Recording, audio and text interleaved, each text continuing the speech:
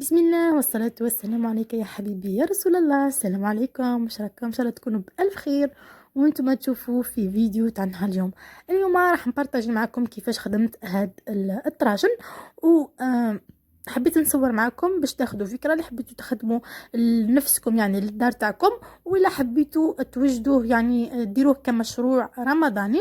لكم حريه الاختيار، انا راح نعطي لكم الطريقه وانتم استغلوه بالطريقه اللي تعجبكم. بالنسبه لهذا القماش ديت منه متر، برك متر راح تخدم لك 6 طراشر صغار، والعرض تاع هذا القماش راهو متر ونص. فشوفوا لي كيفاش الا حبيتوا ديروا طراشر صغار فراح تطووه كيما هك بهذه الطريقه. تطووه من الجهه اليمنى على زوج ومن الجهه اليسرى على زوج، بحيث راح يكون العرض نتاع العرض تاعها 37 ونص بهذه الطريقه. هنايا راح تعود عندنا الوجه الاول والوجه الثاني والوجه الثالث والوجه الرابع، وكل شريط من هذه الاشرطات تقسموهم على 3 وراح تتحصلوا على 3 اطراجل، فالمجموع راح يكونوا 12 طرشونه. فمتر راح تخدم لك 12 طرشونه صغيره، يعني يعني اللي تستعمليها في الاكل. واذا حبيتي الطراشن الكبار اللي تستعمليهم تغطي بهم الكسره الخميره فلازم كديريهم كبار، فراح تكون الطريقه انك تطويهم بهذا الطريقه. تطويه الطويه الاولى هكذا، ومن فوق راح تزيدي الطويه الثانيه بهذه الطريقه كما راكم تشوفوا. هنا راح يكون كبير، هذه عندنا الوجه الاول وهذا الوجه الثاني وهذا الوجه الثالث، 3 اوجه. ومن بعد راح تزيدوا تقصوه بالطول، وراح تحصلوا على 6 طراشن كبيره. تقدروا تستعملوها كما قلت لكم تغطوا بها الكسره باش يعني تعودوا تطيبوا في الكسره، ولا ديروا فيها الخميره كما حبيتوا.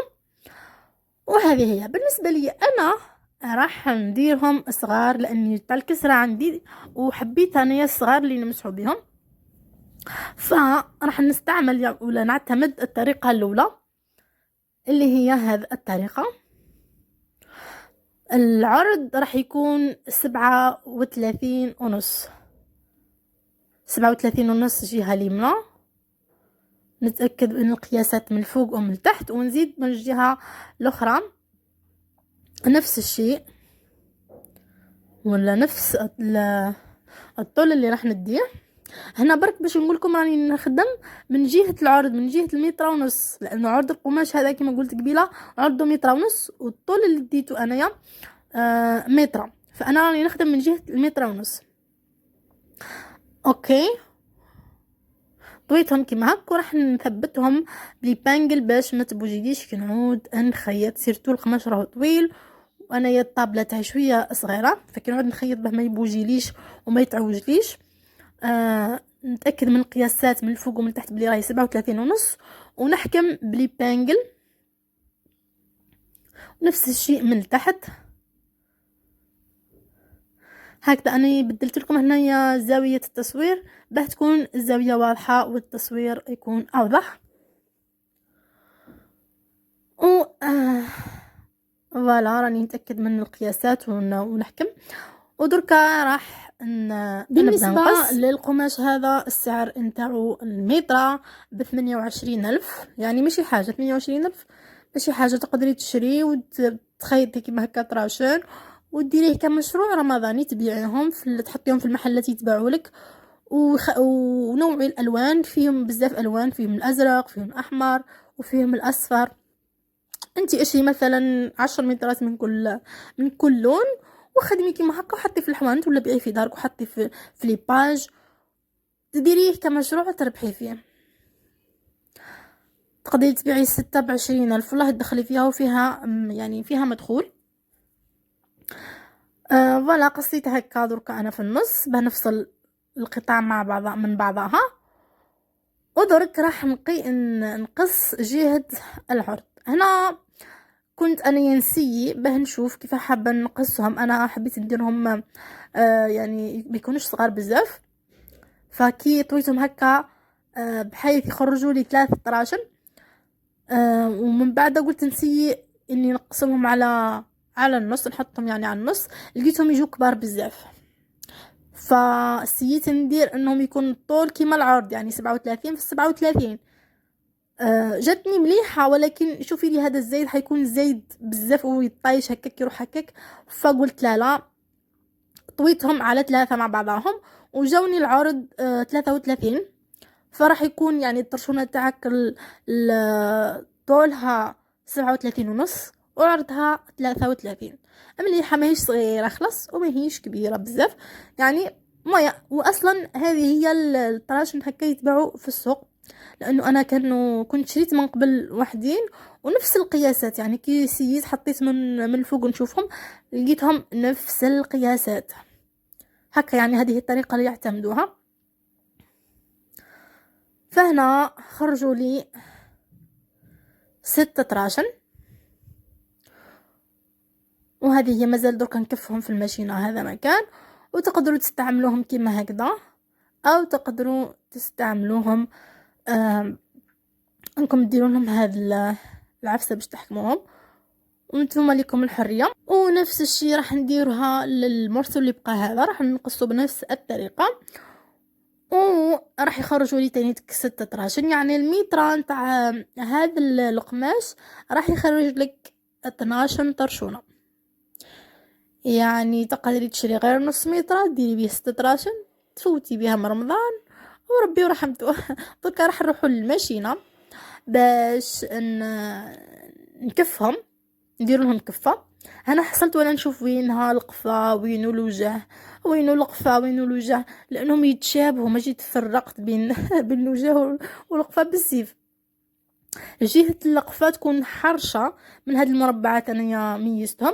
جهة القفا تكون حرشة والوجه يكون ارطب، هكذا ميزت بيناتهم وكفيت.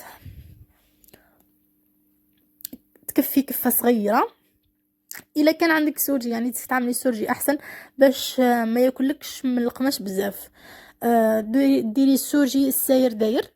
والا ما كانش سورجي كي حالتي عندك غير ماشينه الخياطه، تحاولي ديري الكفه الصغيره خلاص، صغيره بزاف، وتحاولي تعودي تخيطي على الحافه نتاع الكفه. هكا راح تجيك الخدمه مفينيه والخدمه نتاعك تكون شابه. وهذه هي. قولوا لي نتوما في التعليقات واش درتوا واش ما درتوش، واش وجدتوا واش ما وجدتوش. كاينه واحده قالت لي حبيتك تحطي لي فصلت. قلت له راه شوفي صراحه انا راني مبدئيا نوجد في رمضان، نوجد في حوايج رمضان مع تحضيرات رمضان. مازال لي 500 حاجه نوجدها رمضان، فراني لاتيه برمضان. شوفي ان شاء الله باذن الله كي يدخل علينا رمضان ونفوتوا هذيك ال10 ايام ال 15 يوم الاولى، راح نبارطاجي معكم كيفاش خيط الغوب تاع العيد وندوا افكار مع بعضنا. وقولوا لي يعني رايكم في التفصيل في اللبسه، جات شابه ما جاتش. راح نستنى رايكم بصراحه. احنا كيما راكم تشوفوا كملت الكفه، راكم تشوفوها جايه يعني فينيا. وراح نكمل الطراشن اللي بقاولي وهكذا ونكمل معكم يعني تشوفوا النتيجه النهائيه. انا حبيت ندير 12 لاننا كي نعودوا في رمضان راح نحط ال6 الاولين نفطروا بيهم. من غدوه نغسل هذوك ال6 اللي حطيتهم ونحط 6 جدد. كيف من غدوه نغسل اللي حطيتهم ونحط الاخرين، هكذا دواليك يعني هكا باه ما نطيحش اون بان وما نتزيرش. انا سيرتو في الليل. تقولي لي شنو دي اغسل الطراشم في الليل والصباح تلقيهم واجدين؟ مستحيل. انا في الليل نتغاشى نكون تعبانه، مستحيل ندور لك بحاجه تاع خدمه. تلقيني غير هكذا وناكل. فهكا راح يكون التعامل نتاعي في رمضان. غدوه الصباح وربي يسهل نغسلهم وكلش. انا جوج راهي تعاون فيا، راهي تطبق لي فيهم، انا نخيط وهي راهي تطوي فيهم. وانا كنت كملتهم كما راكم تشوفوا. هنا بالنسبه لطريقه التقديم تقدري ديرهم كيما هكا كاري مستطيل يعني، وتحطي فوقهم المغارف والفراشط، وتقدري ديريهم بالطريقه الاخرى هذه، انك تحطيهم بهذه الطريقه. بالنسبه للعفسه هذه اللي تحكمي بهم الطرشونه هذه، راح نبارطاجيها معكم ان شاء الله في الفيديو الجاي. استناوني، ما تنسونيش باللايك كومنتار الاشتراك اذا كنتي اول مره تشوفيني، واستناي الفيديوهات الجايه ان شاء الله. مع السلامه، في امان الله وحفظه.